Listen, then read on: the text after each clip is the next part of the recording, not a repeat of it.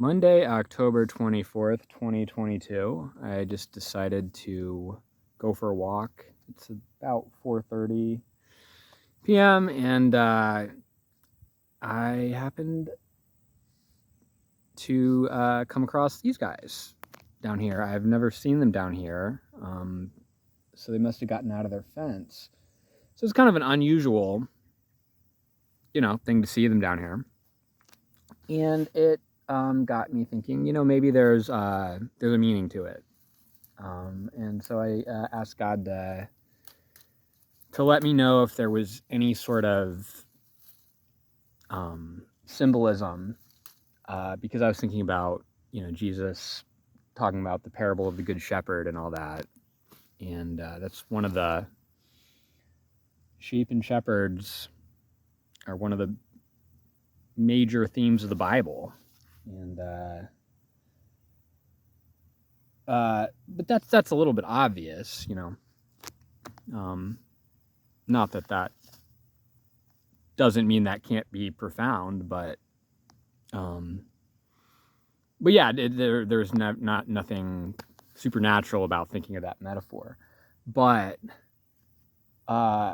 when within half a second of asking God to show me if there was a metaphor here, I looked down to my right, and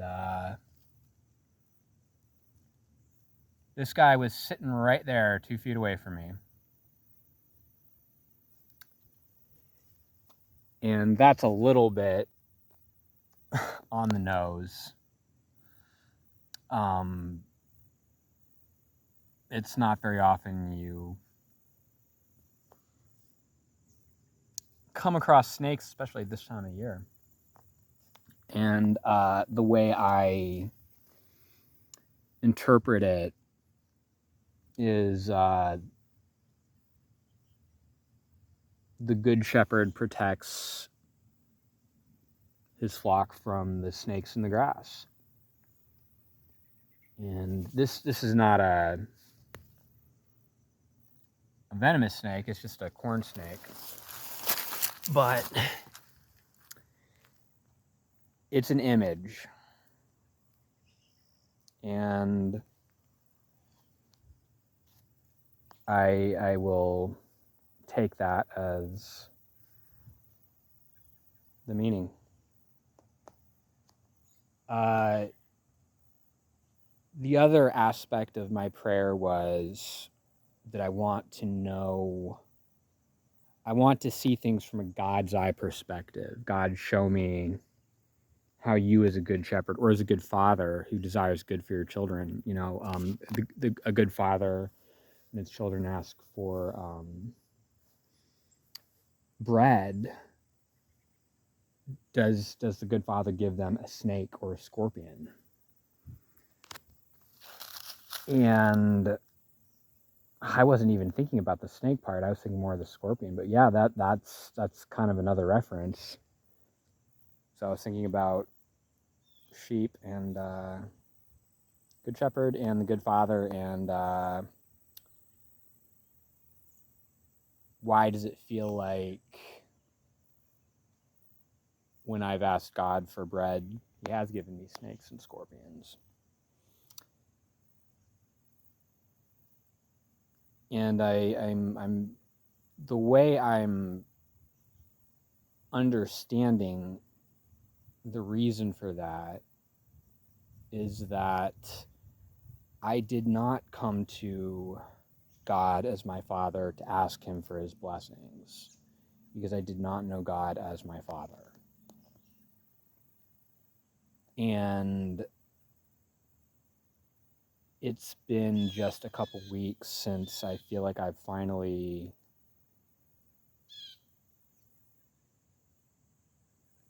put an absolute hard stop to any concept of the man who raised me as my father. And my hope is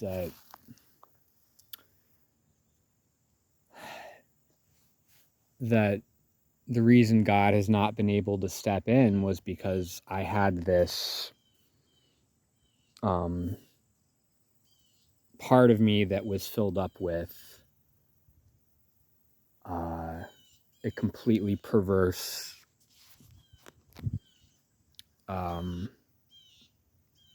reverse image of what a good father is. And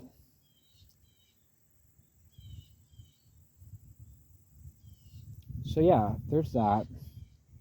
Other thoughts coming down here. Well, the other thought that I had was that it was super important that I get out of the house and I just walk down to the valley instead of, you know, trying to make a plan out of it and, you know, get my stuff together and, you know, bring art supplies. I was like, no, I don't have to plan out more than the next couple minutes. Just walk for 5 minutes and then you can go back. And I found that as humble as this moment has been, just looking at a flock of sheep, nothing too exciting, it's very peaceful. And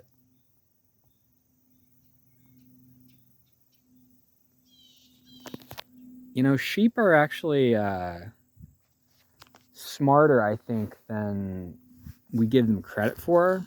I think that, in fact, I think that one of the reasons they act stupid is because they act as part of the flock, and with no leader, they all just kind of just, their safety is in the flock, so they don't need to be smart. But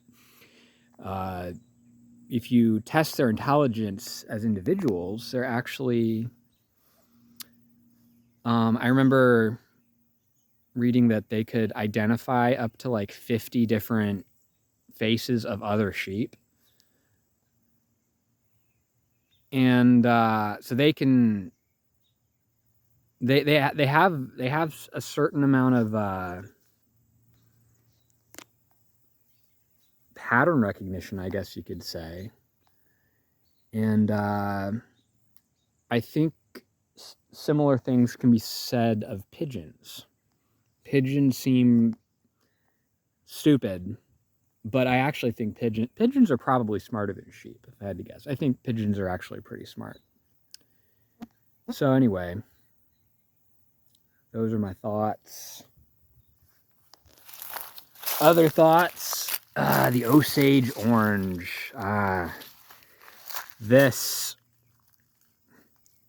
has a lot of bad memories of chopping down thorn trees and loading wood down here.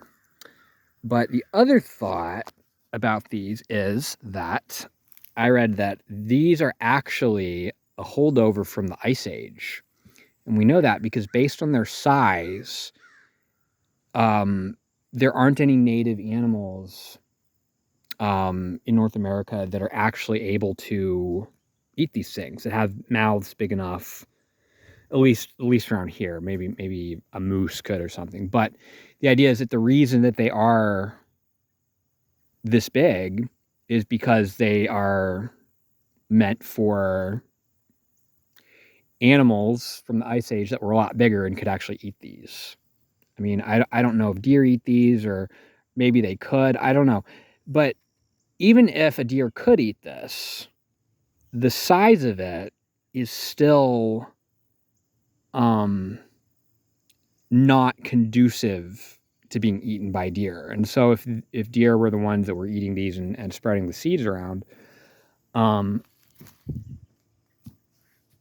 well, there'd be no reason for them to be that big. The reason fruit exists at all is specifically to be eaten, to attract animals to spread their seeds. So I'm really curious if a person could eat these. I'm going to look that up. That'd be really interesting. They used to call them monkey brains. They're pretty cool, actually. And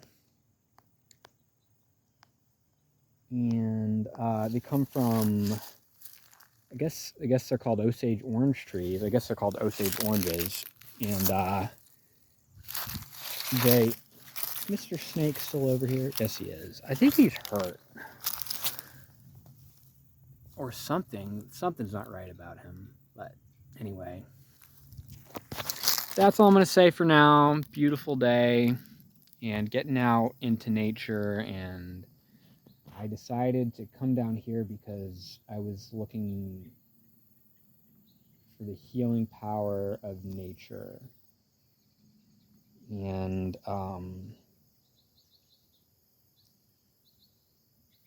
here I am.